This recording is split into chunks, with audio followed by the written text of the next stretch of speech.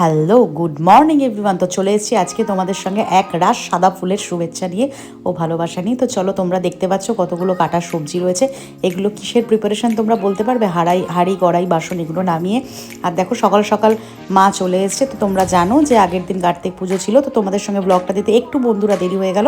তো এই হচ্ছে আমাদের ঠাকুর ঘর, যেখানে সমস্ত কিছু পুজো হয়। আমাদের বাড়িতে অলরেডি জাগ্রত কালী মন্দির, কালী ঠাকুর প্রতিষ্ঠিত আছে। এই দেখো আমার শাশুড়ি মা আর মা একটু দুপুর পুজো সেরে নিয়েছিল। তারপরেই সন্ধ্যাবেলা আমার বোন চলে এলো একরাশ ফুল নিয়ে আমার জন্য, যেটা পেলে আমি সবচেয়ে বেশি খুশি হয়ে যাই। তো তারপরে চলো সেই ফুলটা নিয়ে একটু ছবি তুলে নিচ্ছিলাম। আর দেখো বোন ঠাকুরের জন্য যে খেলনাগুলো এনেছে, কত কিউট!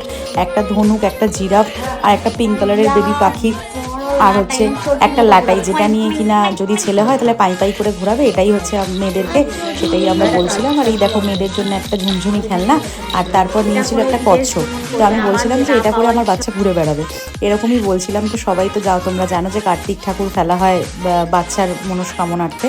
তো আমাদের যেহেতু এটা প্রথম বছর ছিল, সবাই খুব মজা করে কার্তিক ফেলেছিল, আমার হাজব্যান্ডের বন্ধুরা। তো এই দেখো যাদের উদ্দেশ্যে কার্তিক ফেলা, তো এই হচ্ছে আমরা কার্তিকের বাবা মা। তারপরে আমাদের হোম যজ্ঞ হয়েছিল, তো এই বছরই আমরা প্রথম বছর হোম করে ফেলেছিলাম। তো তারপর দেখো এই আরতি হয়ে যাওয়ার পরে সবাই আরতির তাপ নেওয়ার সময় খুব হাসাহাসি করছিল, আমাদের সাথে একটুখানি ইয়ার্কি মজা করছিল। তো এই হচ্ছে আমার বোন আর বোনের বন্ধুরা সবাই মিলে চলে এসেছিল, আমাদের আত্মীয় স্বজনরাও কিছু কিছু ছিল। তারপরে চলে এলো খাওয়ার পালা, সবাই মিলে খাওয়া দাওয়া করছিল। আর তোমরা কি দেখে বুঝতে পারছো যে আমাদের মেনুতে কী ছিল? তো চলো আমি বলে দিচ্ছি, পোলাও আর আলুর দম ছিল। তো তোমরাও জানিও যে কার কার বাড়িতে এরকম কার্তিক পুজো ছিল। এই হচ্ছে আমাদের রান্নি, মানে আমার মা ছিল আর কি। আর তারপরে জানো ওরা মজা করে কত রকমের বাজি নিয়ে এসেছিলো, ফুলঝুরি, রকেট, হাউই। আবার আমি সেই সময়টা না ছিলাম না, তাই জন্য বাজি ফাটাতে পারিনি। আসলে অনেক রকম গেস্ট টেস্ট ছিল। তো চলো আজকে ব্লগটা এখানে এসেছি।